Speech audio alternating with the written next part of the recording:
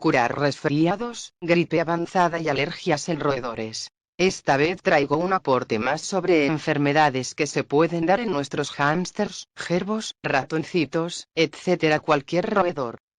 Algo muy común que se puede dar por razones fáciles de solucionar, o que puede desencadenar en algo muy grave. Los síntomas que notaremos serán ver a nuestra mascota estornudar seguido, notar que le cuesta respirar y notar silbidos en su respiración. Dependiendo la gravedad de estos síntomas, y peor aún si se suman síntomas de letargo, lagañas en los ojos, si tiene o tenía algún tipo de herida quizás ocasionada por algún otro hámster. Vamos a intentar probar remedios caseros como los siguientes.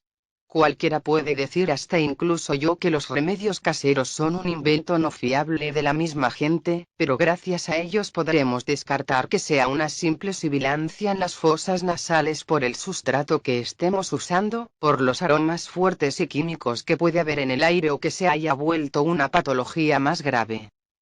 Primero que nada, la gravedad de los síntomas, la continuidad y el ánimo de nuestra mascota serán el punto de partida. Daré los casos que se me han presentado y así espero les ayude a definir lo que padece su mascota y poder así curarlo, o intentar curarlo y que esté lo mejor posible. Esta información fue recopilada de varios foros de roedores. Primer caso. El animalito tiene estornudos pero no muy seguidos, y me refiero a seguidos, a que está constantemente estornudando y solo deja de hacerlo cuando duerme. Se encuentra un poquito desanimado y probablemente muy incómodo porque no puede respirar bien. Segundo caso. El animalito presenta, además de estornudos, una pérdida de peso considerable, pérdida de brillo en el pelaje, y su temperatura corporal es baja a comparación de la normal, que dicho sea de paso, suelen estar bastante tibios cuando se sienten bien. Tercer caso. El animal presenta todos o gran parte de los síntomas de los dos casos anteriores y además lagañas en los ojos. Cuarto caso. Un factor agravante es que el hámster sufra cierto grado de estrés mientras incubaba la gripe, haya sufrido alguna herida por otro hámster y esta tardó en cicatrizar, y lo menciono porque tuve un caso de un hámster que estaba resfriado pero todavía estaba activo y se escapó de su jaula, terminó metiéndose en la de otro hámster y ambos se lastimaron un poco, sus heridas fueron desinfectadas pero el cuadro empeoró. Por último y aparte, otro factor agravante es que si el animalito ya está teniendo estos problemas se lo exponga a corrientes de aire, aromas de perfumes, que otra persona esté con gripe y estornude cerca del animal, no higienizar su jaula o pecera, y cosas por el estilo ya conocidas. Para estos casos puede que nos encontremos desde el caso menos grave hasta una gripe muy avanzada, quizás pudo haber sido una corriente de aire a la que los roedores no están para nada acostumbrados, perfume y olores fuertes en el sustrato que estemos usando, quizás es un acerrín nuevo que trae perfume y al hámster no le está sentando bien. También puede ser gripe y no una simple alergia al sustrato, polvillo, mala higiene de la jaula y que además de eso nuestra mascota no esté bien nutrida y sus defensas van a ser muy bajas, así estará más propensa a sufrir cualquier enfermedad y empeorar muy rápido. Esas son posibles causas en general pero no todas, así que a prestar atención.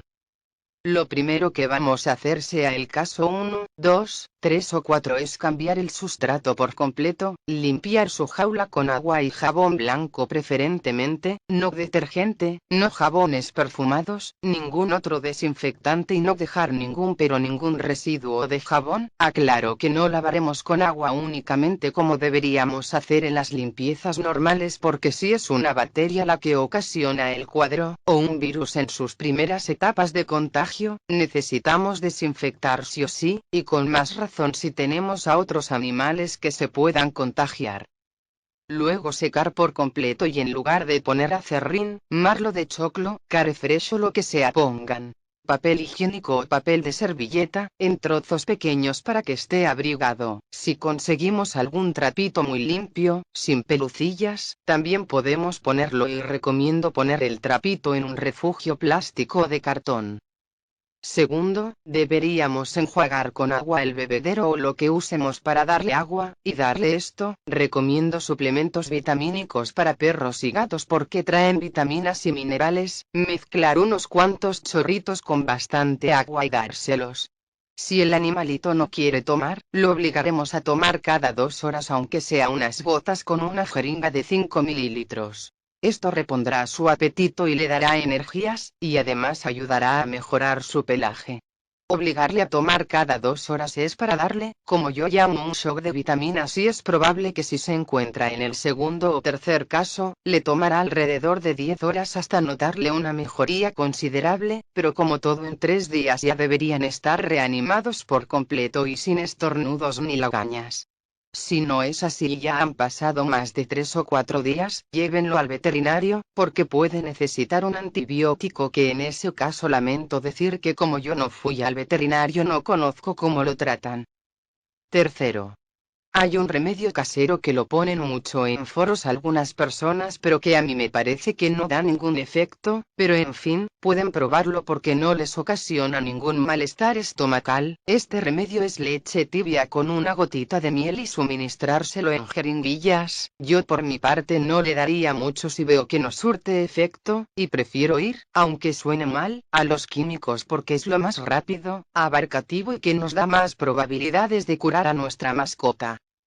Cuarto, también debemos colocar su jaula o pecera en un lugar cálido. Si estamos en otoño o invierno diría que habría que dejarlos cerca de una estufa, a una temperatura muy cálida, ya que el calor ayudará también a que afloje la mucosa y subirá su temperatura corporal. Todo esto propiciará más estabilidad.